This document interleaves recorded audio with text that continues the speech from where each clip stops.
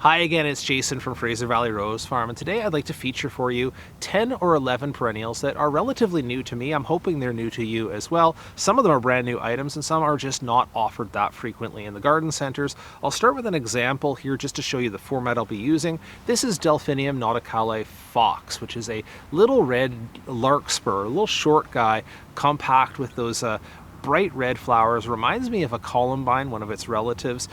This one came to mind because there was a larger delphinium variety that brought red into the line. Featured that in a recent video. That was Delphinium red lark, which was very cool. But then I realized there are a bunch of smaller delphiniums that have this color already, and they're more like the native style.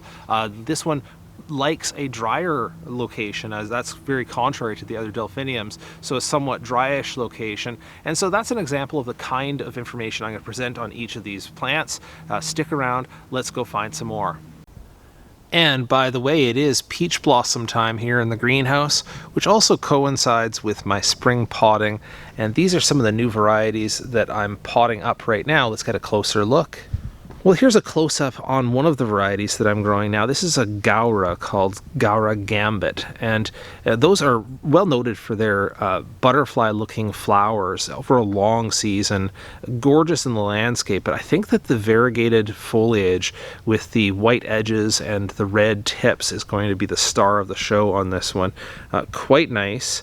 And as I mentioned, these branch beautifully. This variety is known for well branching and bloom over a long period, I think from June or July all the way through the end of the season, giving an airy look with their flowers in the garden. Third on my list is this lavender. This is a lavender called Edelweiss, and I think you can guess by the name, Edelweiss, that this is a white lavender. And it is not exactly brand new to me. I've grown it for a couple of years in the landscape. I'll show you some pictures of that. But it keeps up beautifully with the other intermediate varieties, things like phenomenal or sensational. So I'm excited to bring it back again. This next one here is a Coreopsis called NOVA Jewel, and it's so eager to bloom that I'm actually going to have to pinch it off here. Now, I'm not always the biggest fan of threadleaf Coreopsis. I find that in time in the landscape they can look a little bit raggedy with some foliar disease, powdery mildew and that sort, but this one is bred to be more resistant to diseases, a more compact, more tidy variety, and I love the Terra Nova breeding for its colors. I'm showing you some pictures now of that beautiful yellow with pink edged color, which is why it has the name Jewel. My next choice here is a penstemon called Dakota Burgundy, and penstemons in general are criminally underused in the landscape. I think you'll agree as I show you the pictures of this, and even here from the young plants, that the foliage on this really takes the spotlight. Of course, the flowers are quite nice as well, and penstemons are a super adaptable, very drought tolerant, excellent landscape plant, but this one is going to be showy as heck in the landscape.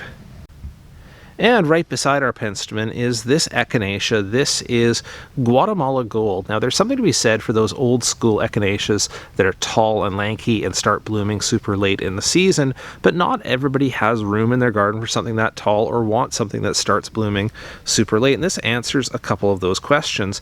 It is a short, compact, 10 or 12 inch echinacea in a gold color, still has an interesting or attractive droop to the petals, but also is early blooming. This one starts super early, doesn't need vernalization for the first year, so it actually is ready to go right now into flowering. I'm going to say midsummer. It isn't still going to be an early summer thing, but mid to late summer, and then continuing all the way through the fall.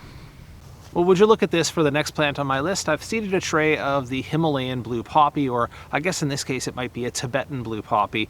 This plant is not so widely grown here in our climate because it's so fussy and people lose it a lot.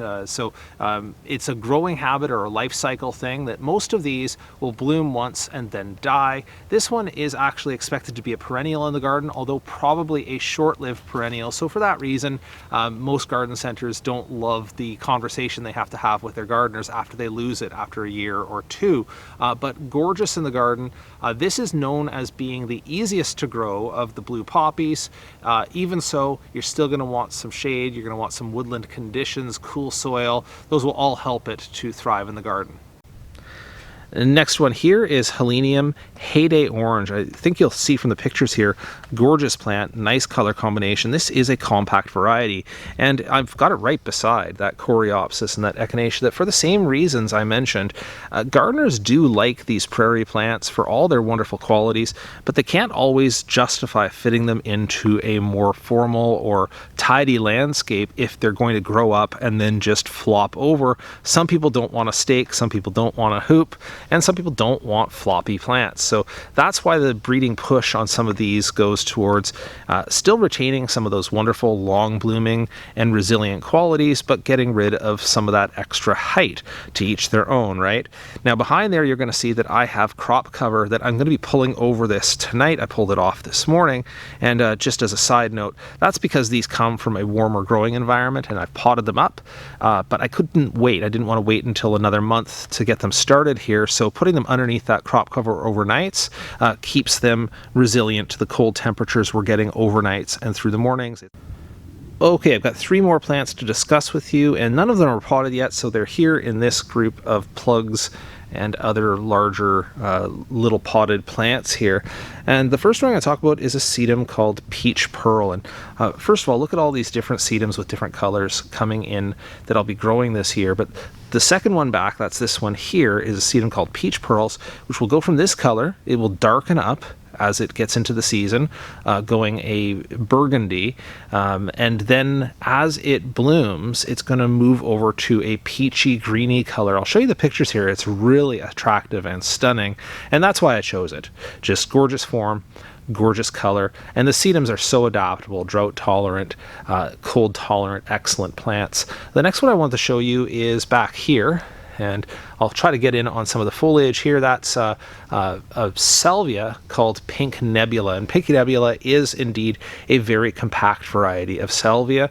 Sort of matches off with dark matter, or the blue salvia, so I'll picture them together here as well. And once again, these salvia nemerosa varieties are super hardy to cold, so for those people who are looking for, I guess, zone 3, zone 4 probably is more safer, but if you're looking for something that's quite hardy and in this case quite compact, that is my choice for that. And gorgeous color, beautiful new genetics on that. And then finally is, and you won't see much on this one here, it's still dormant, is Thalictrum My Little Favorite. And once again, Thalictrum is a wonderful prairie plant, gorgeous, but it grows in my garden.